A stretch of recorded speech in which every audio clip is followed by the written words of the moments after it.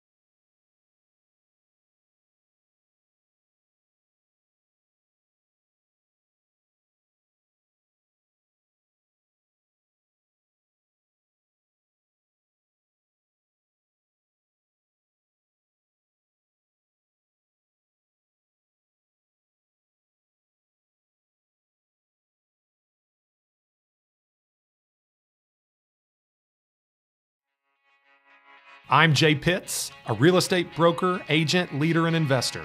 For the last decade, I've navigated the craziest of real estate markets this country has ever seen, selling over 2,000 homes, moving in and out of markets, always ahead of the curve.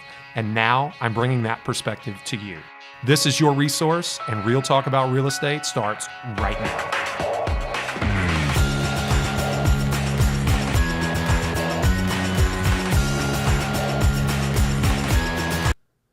And we're back again, folks. Welcome back to Resource, Real Talk About Louisville Real Estate. After a brief technical glitch, we are back. We are live here on YouTube. This is Resource, Real Talk About Louisville Real Estate. I'm your host, Jay Pitts, broker owner of RE/MAX Premier Properties, leader of JT Pitts and Associates. Clean up a little bill pay as we get started here. Find us on all the socials, the Resource Podcast.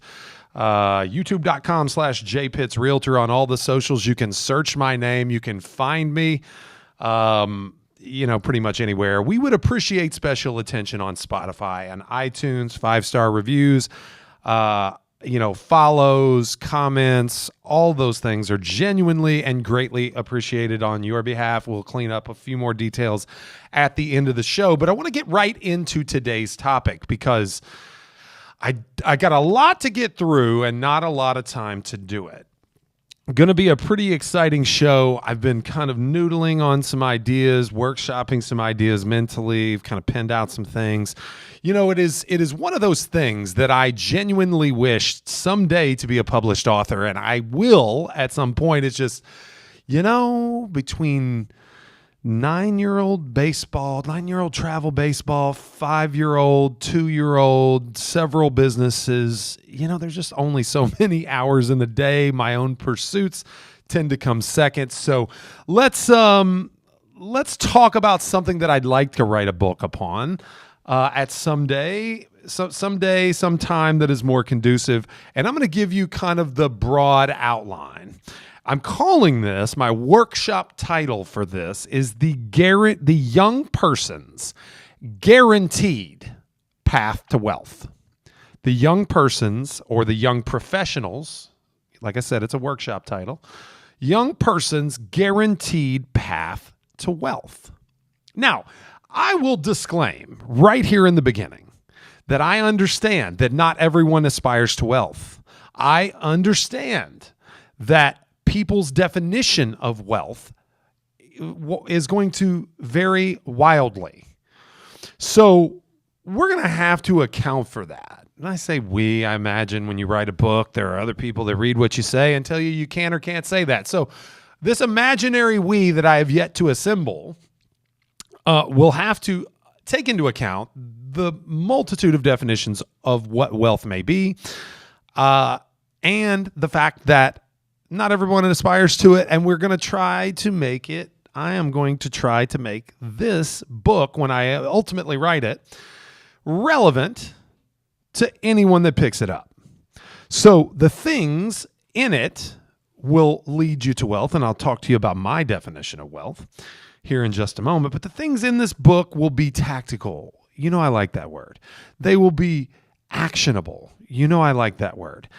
Things that you can do in your life that a young person starting off their journey into adulthood can point themselves toward, can harness their substantial passion, energy, and time in a certain direction and come out the other side with what they believe is having achieved wealth. So without further ado, let's get right to it. I'm going to talk to you today the 6 things, or 6 of the things that are required to guarantee a path toward wealth for any young person. Okay. Now it is going to grow, and I may take some out, and some may fold in under others. These could be headings. These could be chapter titles. These could be a lot of things, but this is a working outline for me. And I really and genuinely believe if you follow these things, okay, you follow these things, you will get there. Okay. So before we get started, my definition of wealth is akin to a life that could be described as fulfilled.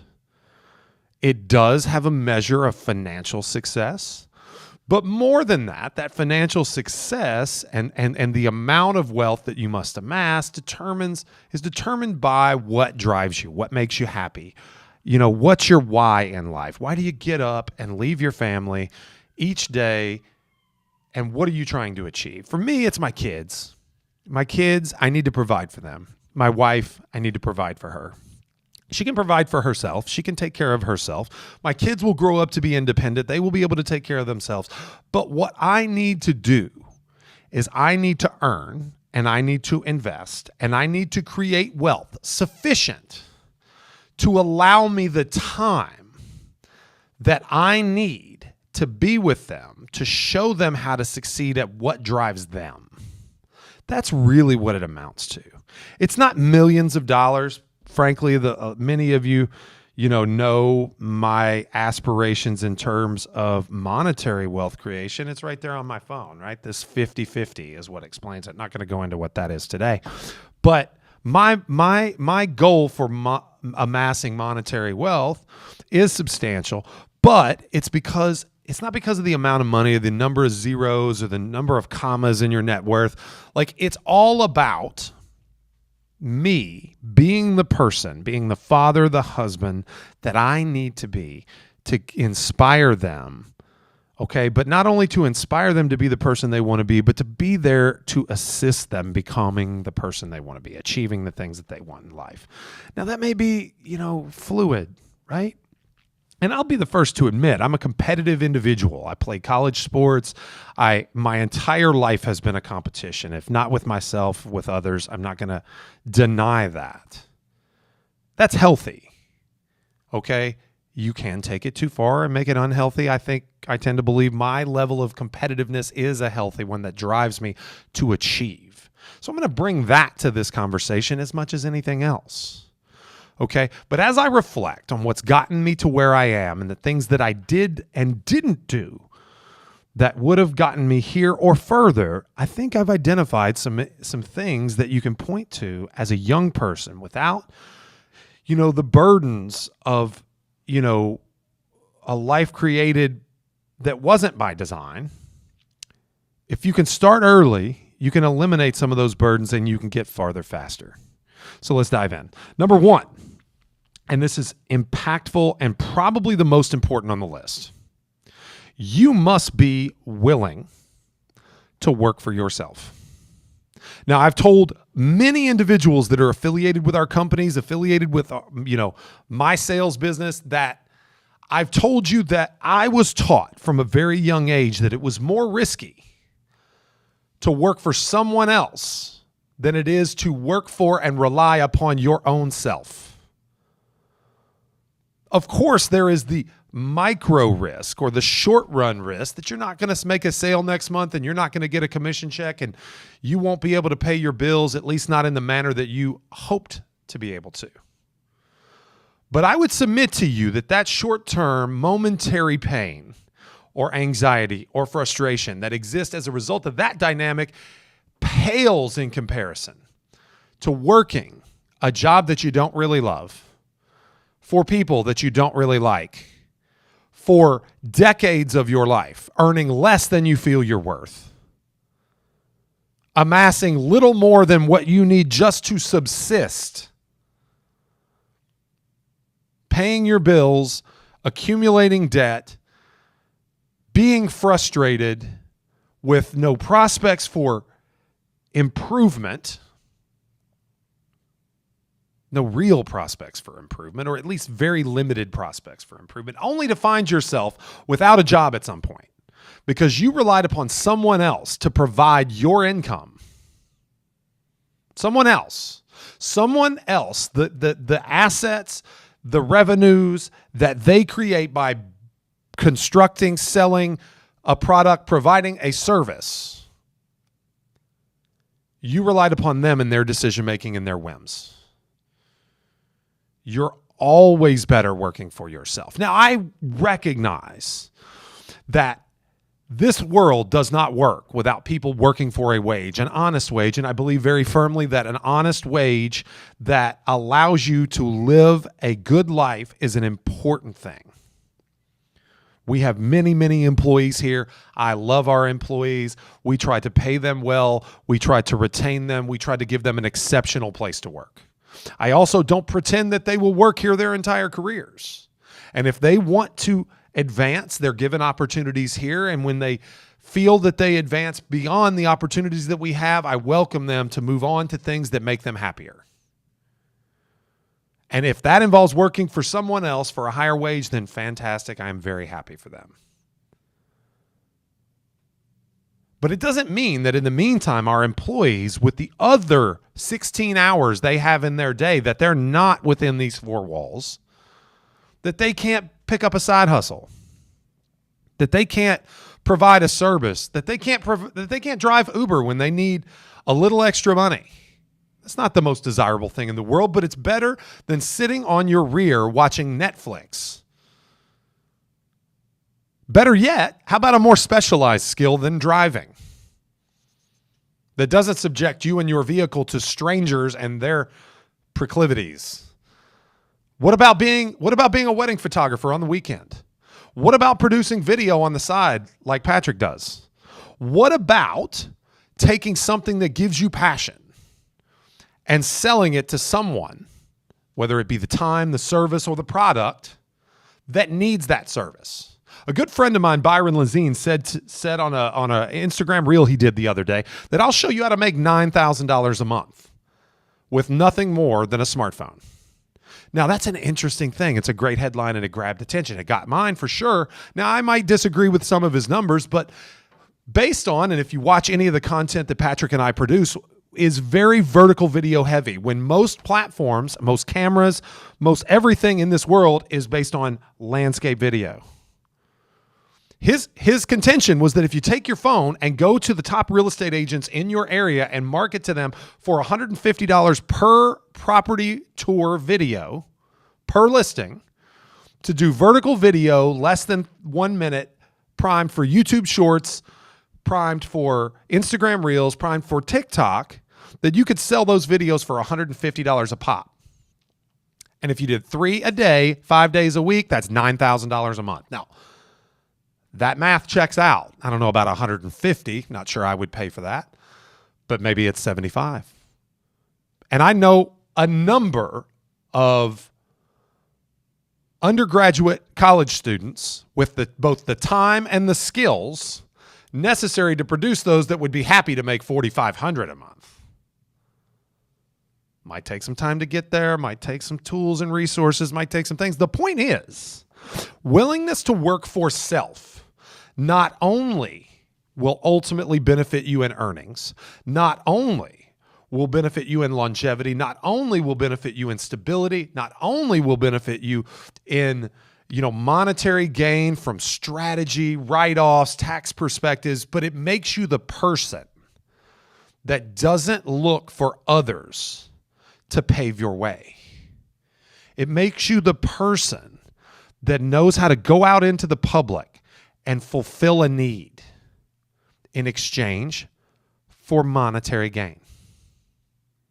And the more you do that and the more you learn that, the better off you'll be. All right, let's move on to number 2. You'll see that a lot of these go hand in hand. You must have the ability for sensible risk-taking. Now, you might say that working for yourself is a sensible risk to take.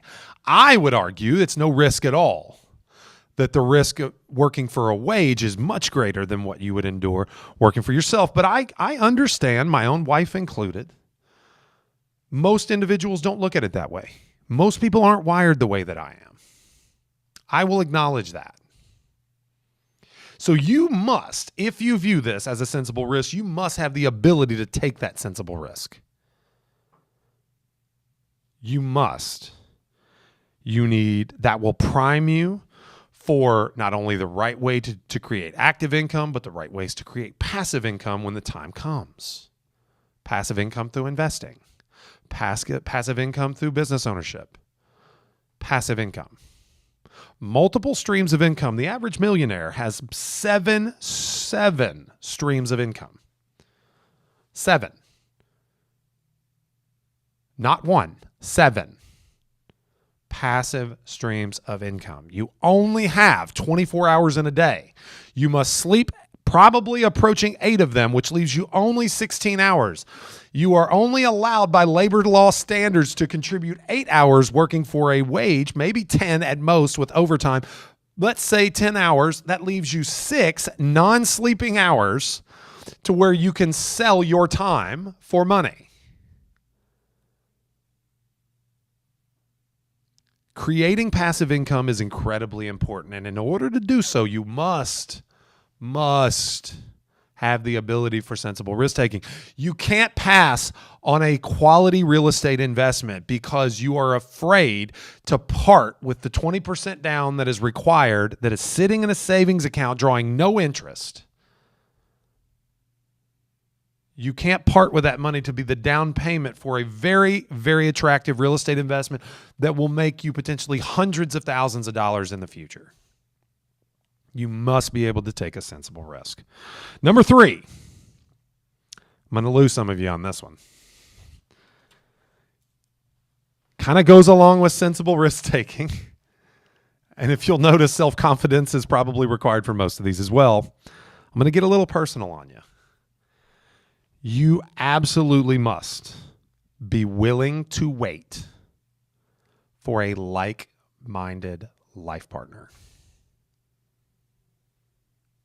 I'll say that again. You absolutely must be willing to wait for a like-minded life partner. You cannot overcome the bad habits, the destructive attitudes, the insecurity of the person that you spend probably almost every waking moment outside of work by their side. You cannot overcome the destructive attitudes, the insecurities, the bad habits of the single most influential person in your life. And that is your life partner, your spouse, your husband, your wife. The individual that means the most to you should bring you not only joy, but motivation and inspiration. They should make you be the person that you can be.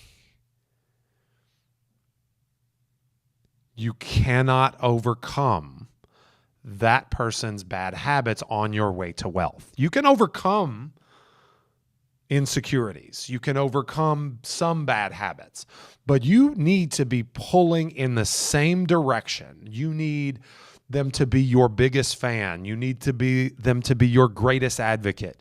You need them to strike a course of their own volition individually that aids you in the path that you've chosen.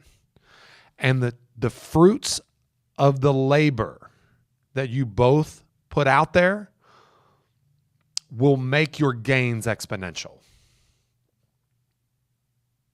You cannot overcome the bad habits, destructive attitudes, or insecurities of the single most influential person in your life.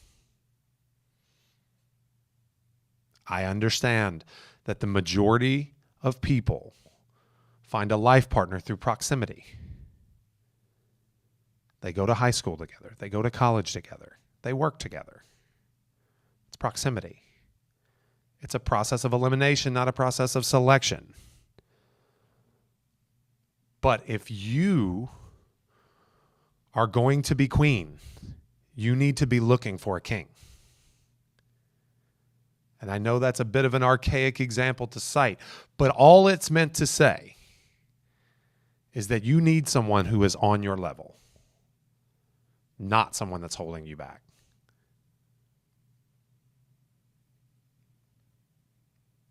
It's a hot air balloon. It's not a ball and chain.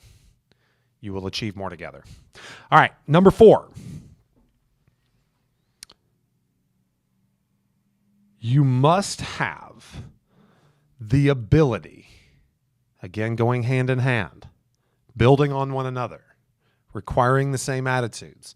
You must have the ability for selective delayed gratification. Selective delayed gratification.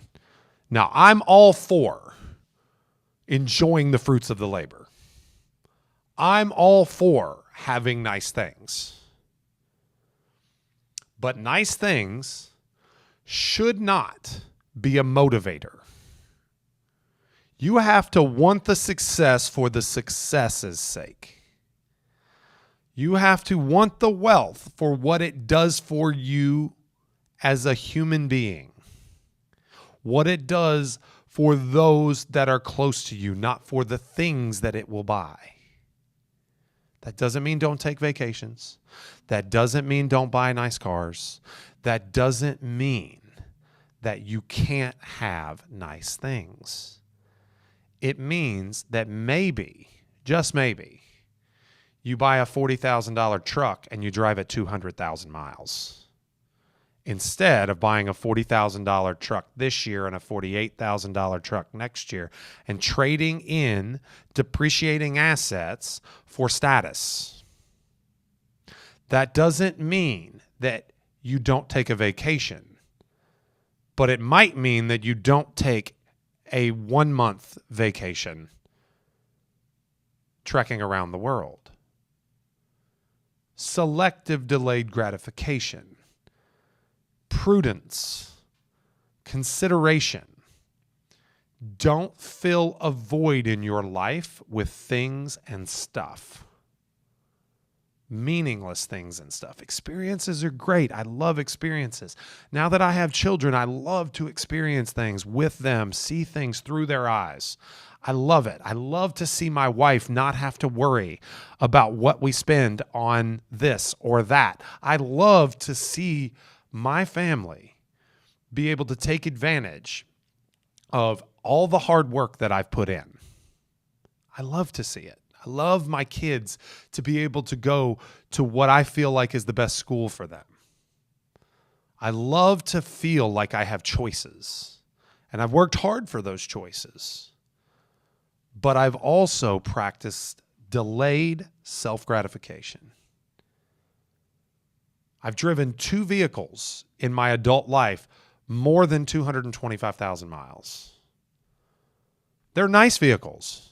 I didn't buy junkers, okay? But I raised capital through means of earning money outside my normal active income to pay cash for those vehicles. I didn't finance a depreciating asset, and then I drove the wheels off them. And then I bought another nice vehicle. Selective delayed gratification, which requires you to live smaller than you might be able. It requires you to live smaller than credit cards might allow you. But it also requires that you learn money. You understand what an appreciating asset versus a depreciating asset are. You learn tax breaks. You learn tax incentivized vehicles for investment. You learn where you can put your money in a safe place and what percentage of your income or your savings can be allocated for more risky investments. You learn money so that you can practice delayed gratification. These are fundamentals that if you start young, if you start at a place where you don't have restrictions, you're going to have much, much more success putting these fundamentals in action. All right, let's go on to number 5. Number 5, pretty simple. Good credit, no crippling debt, student, medical, or consumer. You must have good credit, no crippling debt, student, consumer, or otherwise. Now, I understand that people can't control their medical debt, but not everyone will be wealthy also. Unfortunately, sometimes life deals us a bad hand. I think in this situation, okay, you can overcome crippling debt to become wealthy. But I'm here to tell you about a guaranteed path. Understand that. Some people do not have the ability to go to college without amassing a substantial amount of debt. Maybe that means, and we're getting to this next, maybe that means that you don't go to college. I know that is a crazy thought on what we have been taught. We've been taught the conventional, life of the, upper, lower class, lower middle class, all the way into the upper class in the United States is to get good grades, have good extracurriculars, fill out a bunch of applications, apply for scholarships, go to college, get a degree, get out, get a job, put money in a 401k, get married, have kids, get raises, promotions, buy bigger houses, pay off your debt, eventually leave some money to your kids, and generation upon generation upon generation is going to follow suit. But following the path doesn't necessarily lead to wealth. Being a contrarian might. If you're a contrarian in these 6 ways that I'm going over with you today, I would almost guarantee you get there. So, build good credit. Understand credit. Your ability to move farther faster depends on your ability to borrow. Corporations understand this. Wealthy individuals understand this. It's simple mathematics.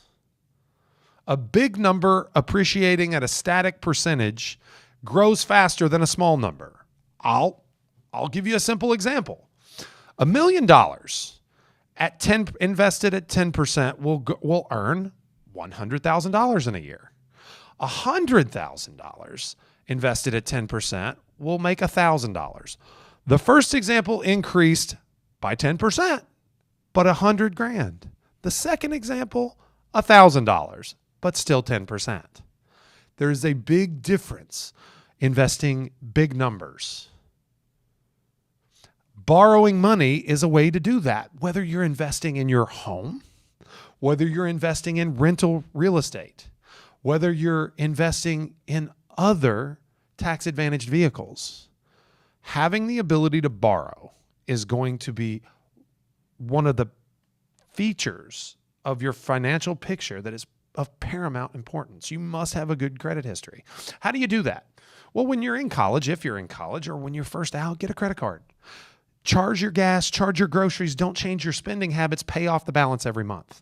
You're going to show a revolving credit history and on-time, timely payments that allow you to depict a picture of good credit risk to potential creditors. When it's time to go borrow money on a car, when it's time to go borrow, now I don't like borrowing money on cars, but I know it's a reality for people.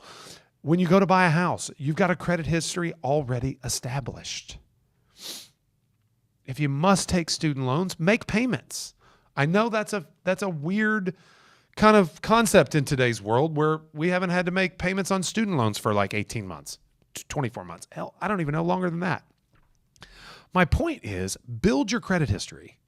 Stay away from debt. Live small and within your means. You can do so in a number of ways. You can earn more or spend less. It's that simple. Earn more, spend less. We've already established you have 24 hours a day. When you're young, you need to sleep 8 hours. That leaves 16. If you're going to school, you're in class no more than 3 to 4. If you play a sport, that's another 3 to 4. But it still leaves you 8 hours a day to do anything that you choose. Why not do it in such a way that allows you to earn more? And probably while you're earning more, you're also spending less. I'll tell you what I did when I was in college. I sold cars. I was a college baseball player. At Christmas break, I worked for a month prior to our season because I knew I wasn't going to be able to work any in the spring because I played baseball. We were on, road trips every weekend. So I'd make $3,000 to $4,000 to $5,000 selling used vehicles at a local car lot in Christmas, and I stretched that money out over the entire spring semester because the team provided my meals. I didn't even have to account for my own meals. Now, I was on a scholarship, but I was also at a small private Catholic university that was really expensive, and I had to borrow money. My parents helped, and I had to work. Then, when the season was over, in the summer, I had a good 3 to 4 months before school was back in and practice started in the fall to make $3,000 to $4,000 to $5,000 a month selling vehicles in the summer. I stacked up $15,000 or $20,000, and it got me through the fall and got me saved payments towards my student loans and moved forward into the spring, and I rinsed and repeated the cycle. I made 10 times what my friends made in some cases. And yeah, I bought the beers when we went out, okay, because I made that money. I wasn't always completely responsible with it. But the truth is when your revenue is higher, you can afford your expense to be a little higher. I said selective delayed gratification. It wasn't like I paid off my student loans. I probably should have, but I didn't. If you have good credit and no crippling debt, you have a chance. You get there by practicing, numbers 1 through 4, a willingness to work for yourself, an ability for sensible risk-taking, finding a like-minded life partner. Believe it or not, I was already dating my wife at the time, and I knew that she was someone that I could build a life with. 4, the ability for selective delayed gratification. I didn't say complete delayed gratification. I said selective. Good credit, no crippling debt. Number 6, and I think this is of paramount importance, and we'll wrap on this. You must take the proper approach to higher education. I'll repeat that. You must take the proper approach to higher education. I didn't say you don't go to college, okay? But I do think that college is a trap for many in the United States. You're told that you can't be anything unless you check the box. And truthfully, I'll be honest, I got a business administration degree with a communication minor from a very expensive liberal arts college. I've used next to none of it. I checked the box. I grew up. I became more responsible, more mature. I played baseball, was a passion of mine. Had the idea that I thought I might like to try and go pro, but if I'm being honest with myself, when I graduated high school, I knew that was a long, long shot.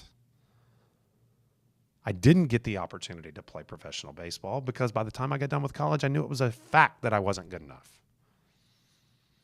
And I spent a lot of money to mature. I spent a lot of money to mature and get a piece of paper that says I checked the box.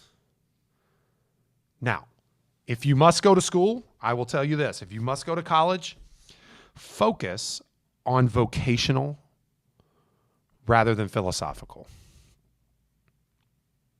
What do I mean by that? I mean, quite simply, study accounting, not business administration. Study finance, not marketing. Don't go and get a philosophy, English, history, or sociology degree. Those are philosophical studies. Unless you're going to teach philosophy, English, history, or sociology, you're not going to be a social worker, or you're going to be a psychologist, a counselor, which are not incredibly well-paid jobs. And the single greatest way to build wealth is through active income earning. Don't study these things and expect to be wealthy. The world needs sociologists, psychologists. They need history professors, English professors. We need writers. But the small fragment of a percentage of those people that study those things in college that become wealthy is not what you should expect for your life as a sociologist, as an author. Trust your passion. Follow it. But understand that it may not lead to wealth. It's that simple. If you want to be wealthy and you're going to pay the money to show that you check the box, get a vocation from it. Be a CPA and don't crunch numbers. Be an investment advisor. Like my good friend Michael Bush over at Northwestern Mutual. Makes more money probably being an investment advisor than he ever would as a CPA. Especially as a CPA working for someone else's firm. He could have started his own firm, but now you're a business owner. More than you're an accountant. So it goes back to fundamentals, working for self. If you must do these things, if you must go to college, if you must study these things, make sure it's because you're passionate. And it gives you joy. And wealth, albeit not a concern for you, is probably not the ultimate outcome. I would also say, don't go to medical school. I know doctors make a lot of money. Don't go to medical school. If you want to be wealthy in that, I registered as a freshman for pre-med classes. I thought because I was industrious, because I had done well in school up until that point, I wasn't afraid to work. I liked to help people, and the idea of making a lot of money. I thought being a doctor was what I wanted to be. Very quickly, I learned that I, number one, wasn't very mature at the point, and spending 25 hours a week in a classroom for 12 hours worth of credit wasn't exactly what my idea of exciting. It was going to take me away from baseball. It was going to take me away from fun. It was going to take me away from a lot of things. And what I figured really quickly is, yes, I love helping people, which I do very much in what I do today. I also love making a lot of money. I love the prospect of creating generational wealth for my family. But I don't have to be a doctor to do that. And I don't have to be a doctor to help people either. That is a calling. And if it's your calling, go and serve. And make a lot of money doing it and live a happy life as a result. But don't chase wealth by being a medical professional. You will take 12 years of your life to get out of school and basically earn nothing, because residency pays next to nothing. Even attending pays next to nothing in some cases. It will be 12 to 15 years of your life before you make any substantial money. And if that is the case, even if you go through all that and you're phenomenal and you're fantastic, and you want to build your own practice, it's going to take you another 2 to 3 years to be profitable. I can show you how to become a millionaire in real estate in 3 years or less. Good markets or bad, irrelevant. If wealth is what you're after, don't go to med school. If you go to med school, you will probably be wealthy at some point. But there's a lot faster path to it. So once again, a young person without the restrictions of debt, marriage, children, all these things, right? These joys of life that are likely to come for most of you listening. All of these things need to be planned for, accounted for, and actions taken probably before you're mature enough to understand the outcomes. But take it from a 40-year-old who's had some success, who started where you stand with the tools that you probably have at your disposal and no more, and has charted a path toward wealth. I'm not there yet, but I've done some things, and I will continue to do them. I'll continue to do them for my family. That's my why. I'll continue to show my sons and daughter how to do the same thing. I was shown by my father. The good example was set, but I had to do it myself. And so do you. So once again, in review, be willing to work for yourself, number one. Have the ability for sensible risk-taking. Get into sales, a service, go for 1099s, not W-2s. Number three, you must be willing to wait for a like-minded life partner. Do not set hurdles in front of yourself with the preconceived ideas of what life should look like from a person that's going to spend the majority of your waking moments with you. They can't be pulling against you on the other end of the rope. They need to be pulling with you. Number four, have the ability for selective delayed gratification, right? We're talking like F-150s, not Lambos, right? Like, have a nice car. That's great. If you earned it, have it. But don't go over top. Learn money and live small. Number five, get good credit. No crippling debt, student, medical, consumer, or otherwise. If you can control it, please do. Number six, have the proper approach to higher education. Go vocational, not philosophical. If you do these six things, you're on your way. And I hope someday, right, that you're reading the book that I've written about all these things, because I found the time after I'm done changing diapers and, running around the country to baseball tournaments, I'll sit down and actually do this. But for now, follow these six things, okay? And maybe, just maybe, you'll get your 50 by 50. That's all I got for today, folks. Thank you so much for joining in. We're live here on YouTube every Wednesday. You can catch us at youtube.com/jpittsrealtor. You can find us on Facebook, facebook.com/The Resource Podcast, at JTPA Louisville on Twitter, at J_Pitts on TikTok. Would love your follow there. We're trying to get to 1,000 by the end of the year. At JPitts Realtor on Instagram, premier placement for our content distribution. You can find us reels, 30-second videos, a whole nine. Give us a like and a follow there. We would love to get to 10,000 on Instagram by the end of the year, sitting at about 7,500. So we could use your help. Apple Podcasts, Spotify, 5-star reviews. Give us a follow. Share the episodes. If you need anything, DM me. I am open. I would love to talk to you about a career in real estate. I would love to talk to you about real estate investing. I would love to talk to you about where this tumultuous market is heading. I have some substantial opinions. You're probably going to hear about it more on the podcast.